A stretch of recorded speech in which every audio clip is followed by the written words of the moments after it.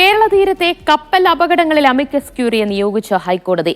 അർജുൻ ശ്രീധരാണ് amicus curiae. കപ്പൽ അപകടങ്ങളിൽ നടപടി ആവശ്യപ്പെട്ട് ടി.എൻ. പ്രതാപൻ നൽകിയ പൊതു താൽപര്യ ഹർജിയിലാണ് ചീഫ് ജസ്റ്റിസ് അധ്യക്ഷനായ ഡിവിഷൻ ബെഞ്ചിന്റെ നടപടി.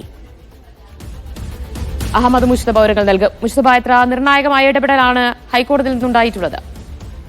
അതിരൂക്ഷ വിമർശനമാണ് ഡിവിഷൻ ബെഞ്ച് നടത്തിയത്. പ്രത്യേകിച്ച് ഈ വിഷയങ്ങളിൽ നടപടികൾ വൈകുന്നത് കൊണ്ട് മാത്രം ഈ കപ്പൽ കമ്പനിക്കെതിരെ അല്ലെങ്കിൽ ഭാവിയിൽ ഇത്തരം അലംഭാവം ഉണ്ടാകാതിരിക്കാൻ കൂടി വേണ്ടിയാണ് കോടതിയുടെ ഇടപെടൽ എന്നുകൂടി ഡിവിഷൻ ബെഞ്ച് ഓർമ്മിപ്പിച്ചിരുന്നു. ഒപ്പം തന്നെ ആ വിഷയത്തിൽ ഒരു അമിക്കസ് ക്യൂറിയെ, പ്രത്യേകിച്ച് 4 മാസം കഴിഞ്ഞാൽ വളരെ വലിയ കാലാവസ്ഥാ പ്രശ്നവും അതോടൊപ്പം തന്നെ മഴക്കാലം ശക്തി പ്രാപിക്കുന്നതോടുകൂടി കടൽ പ്രക്ഷുബ്ധമാകാനൊക്കെ ഒരു സാധ്യതയുണ്ട്. അതുകൊണ്ട് കടലിനകത്ത് അടിഞ്ഞുകൂടിയിട്ടുള്ള മാലിന്യങ്ങൾ അത് നീക്കം ചെയ്യുന്നതിനുൾപ്പെടെ വലിയ പ്രതിസന്ധി ഉണ്ടാക്കുന്നതുൾപ്പെടെയാണ് ടി.എൻ. പ്രതാപന് വേണ്ടി അഡ്വക്കേറ്റ് ഹരീഷ് വാസുദേവൻ അറിയിച്ചത്. ഒപ്പം തന്നെ ഈ വിഷയത്തിൽ വളരെ വേഗത്തിൽ തന്നെ പ്രത്യേകിച്ച് NIA ഉൾപ്പെടെ അന്വേഷിക്കേണ്ടതുണ്ട്, ആ സാധ്യത ഉൾപ്പെടെ പ്രയോജനപ്പെടുത്തേണ്ടതല്ല എന്നതുൾപ്പെടെയുള്ള കാര്യങ്ങൾ ചോദിച്ചിരുന്നു. അതിനൊടുവിലാണ് കോടതി ഈ വിഷയത്തിൽ ഒരു അമിക്കസ് ക്യൂറിയെ കൂടി നിയോഗിക്കാം എന്ന് പറയുകയും ചെയ്തത്. എന്തായാലും ഇന്നിപ്പോൾ അത് സംബന്ധിച്ച് ഉത്തരവായിരിക്കുന്നു. അഡ്വക്കേറ്റ് അർജുൻ ശ്രീധരനെ ഹൈക്കോടതി ഈ വിഷയത്തിൽ അമിക്കസ് ക്യൂറിയായി നിയോഗിച്ചിരിക്കുന്നു. ടി.എൻ. പ്രതാപൻ നൽകിയ ഹർജിയിലാണ് ചീഫ് ജസ്റ്റിസ് അധ്യക്ഷനായ ഡിവിഷൻ ബെഞ്ചിന്റെ നടപടി. എന്തായാലും കപ്പൽ അപകടങ്ങൾ, പ്രത്യേകിച്ച് കേരള തീരത്ത്